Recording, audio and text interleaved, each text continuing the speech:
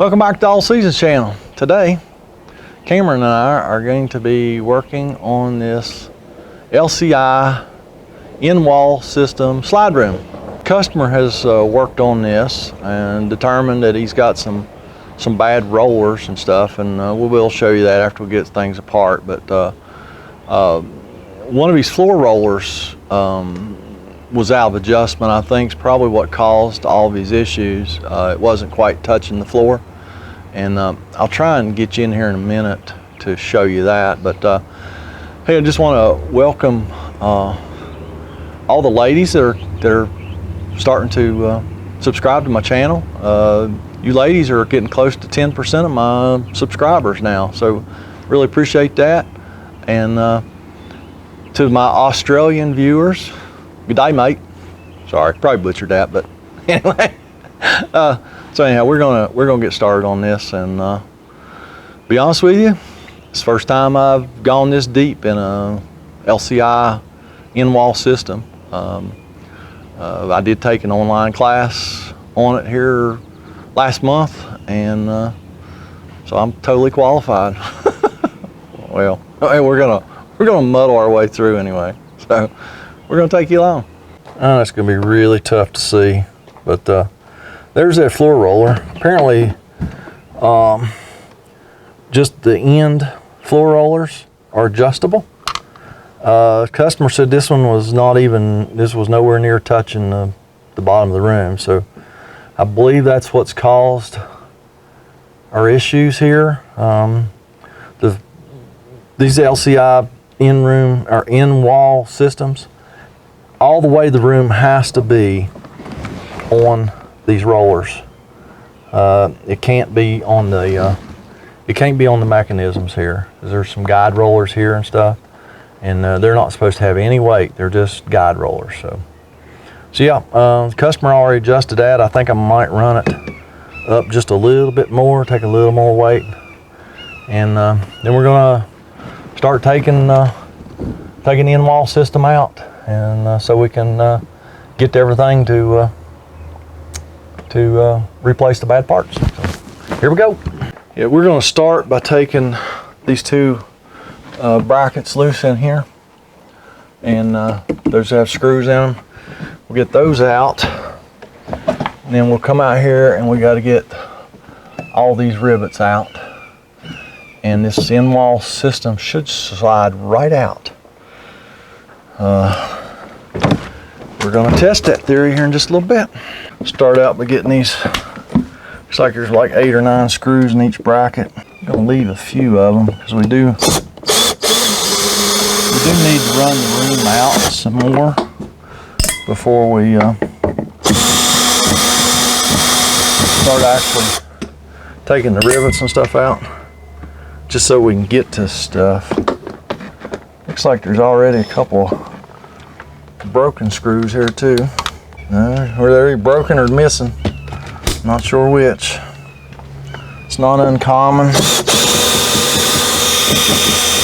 have something that has a lot of strain on it. I think a lot of times too, when they build this stuff, they really tend to over torque screws a lot of times. We got all but 2 of the screws out of the bottom, and I'm going to do the same thing up here on this top bracket as well. Okay, I got most of the screws out of those 2 brackets. The bottom bracket seems to be a somewhat substantial bracket. The one on the top, I think it's just holding the bulb seal, but anyhow, I left 2 screws in each one. Then we're going to run the room out, probably just about all the way, and get those rivets out. So Cameron, I'm actually going to have you come right here and watch, make sure everything looks cool here when I go out. Look okay?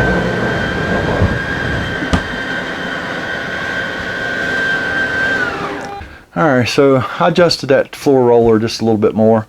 Like I say, the customer had adjusted it some, but I just went a little bit more because I think that's probably what caused all these issues, and I couldn't show you what I did under there. I couldn't even see what I did under there. So now we're going to finish getting the screws out of these brackets in here.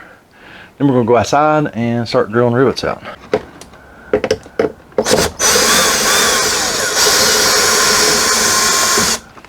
This right here is a handy dandy little item. It's a flexible 90-degree screwdriver bit thingy that goes in your drill. Super handy. One of the best ones I've ever had. I've had a lot of 90-degree screwdriver adapters in my career, but this is my favorite because it's so flexible. Alright, let's go drill some rivets. I know y'all ain't gonna be able to see what I'm doing, but I'm just gonna drill like, you know, like 14, 15 rivets out.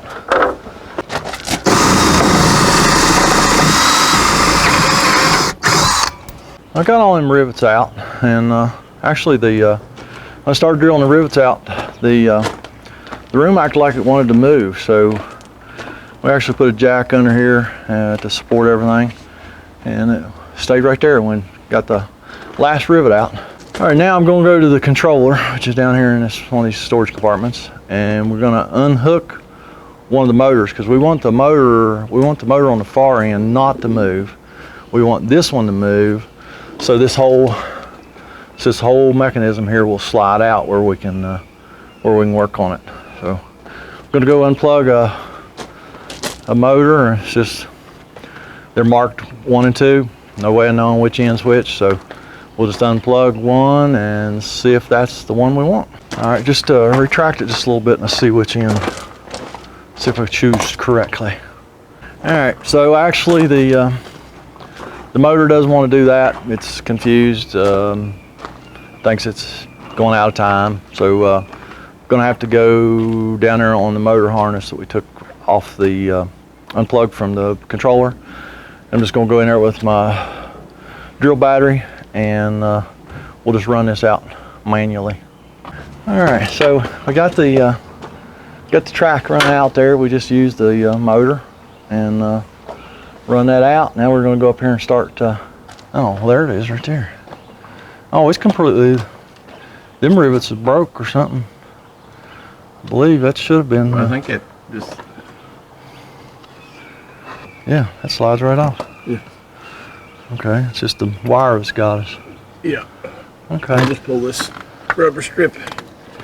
Ooh, don't pull it all off right yet. Well, we're gonna have to put it back on there. Yeah, go ahead.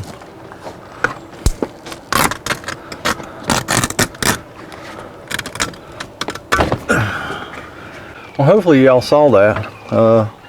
Actually, I was thinking that the track that went here was attached to these blocks, but they're not. They just slide in these guides. So we was just able just to pull the track right off. And this is our bad roller right here. The rest of the rollers seem to be intact, but this one here, the customer thinks it might actually caught on one of these screws and started this, and that's possible. If one of those screws backs out, it could definitely contact that roller and probably damage it. So see, at this point, the motor just lifts off, and I'm going to do some studying here, figure out how to get these blocks off, and yeah, we're going to proceed.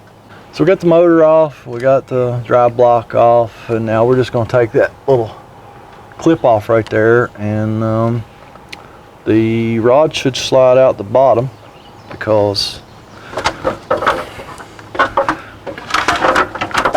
this should just move. But before I move this, I'm going to take some measurements here, make sure that everything is square, and so that we'll know what we're doing when we go back. So Cameron's going to go get me a tape measure, and we're going to do some measuring. So he's getting to be a good helper. All I got to do is just say what I'm doing next, and he goes and gets the tool. He's getting to be a pretty good helper. I'm bragging on you, boy. Don't let me down now. See that? That right there is one thing I didn't do when I had all that out there. 13 3/4. Did you go this far? Yeah. Did you? Okay. But I sprayed. What am I doing here? I didn't have the roller, and I wanted to make sure it was right. Well, you know as much about it as I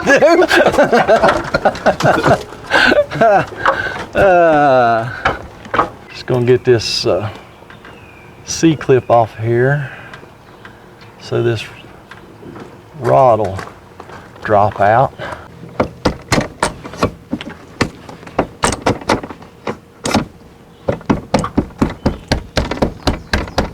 Might have to take that rod out the top. We brought it out the bottom. Did you? Yeah. It's got a burr on it or something. Don't want to slide out. Because the angle's out. It's getting stuck.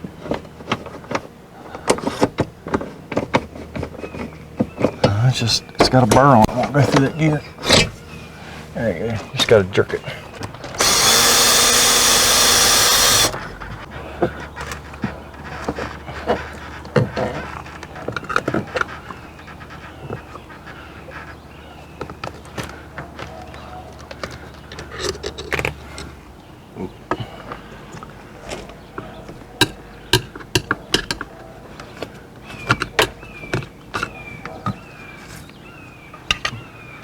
All right, so we got the rod out, and in order to access this roller that we need to change, we actually had to take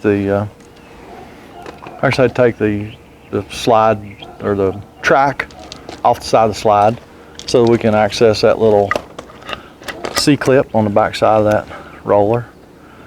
Take that C-clip off, and then this guide block, I think is what they call this, will come right off, and then we'll put our new parts on and start going back. So we got the track off, and really I thought you could take that little C-clip off and then get this block off. No, the thing has to slide out the end of the track.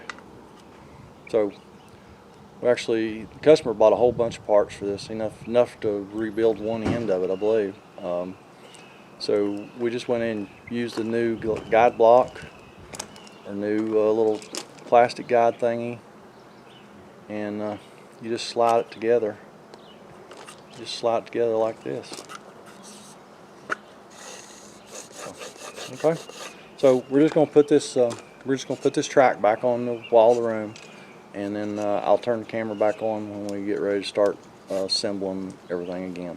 All right, we got the track back on with our new parts, and now I'm gonna slide that rod in there that keeps everything timed, and we're just going to continue going back. We'll slide in the top first, top two roller, or guide blocks, I think is what they're going to be called. You got to get it up through the guide block, you got to get it through the gear. Tell you what, go get a dead blow hammer. Just tap that up in there, Cameron. We got a burr on this rod, so okay, easy. A little bit. All right, hold up.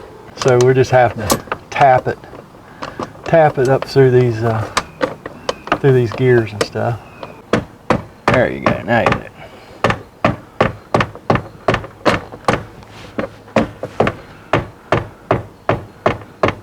Okay. All right, hold that right there just a second. Yep. All right, so we got the rod slid up through the top two. I'm gonna put this C-clip back on top of this rod. Try to, anyway.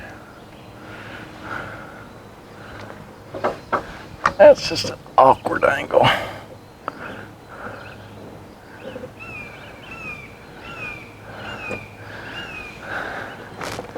They didn't really put a groove in that thing for that C-clip. All right, now we're gonna measure the top so that we can get the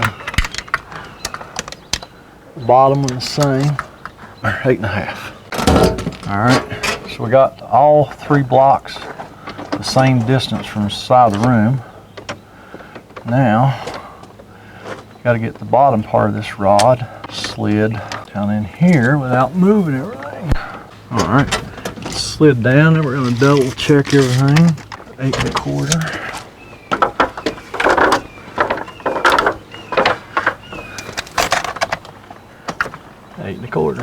Okay, so we're square. All right, so we got the rod back in. Now we're going to slide the track back on. Just inspecting these guide blocks in here. Make sure everything looks good here. Now these are riveted in, and they look good.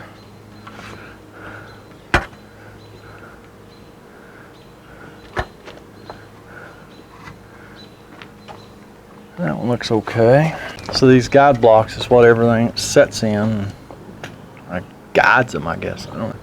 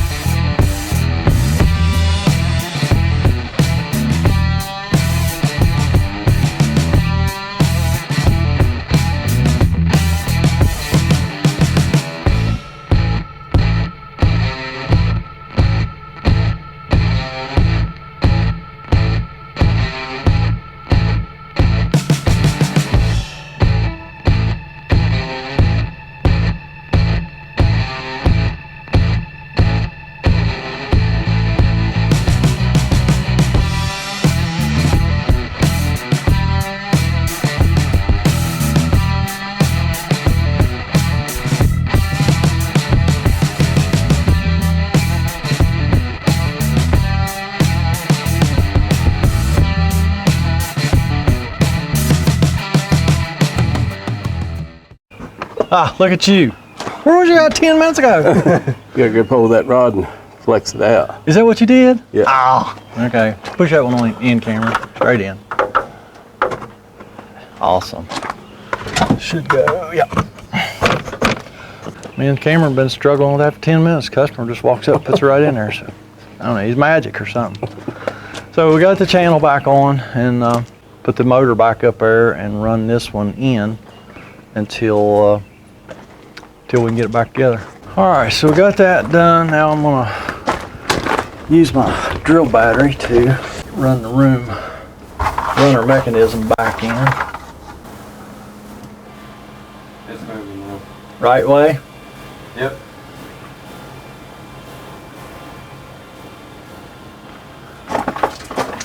All right, when I get close now, you need to let me know.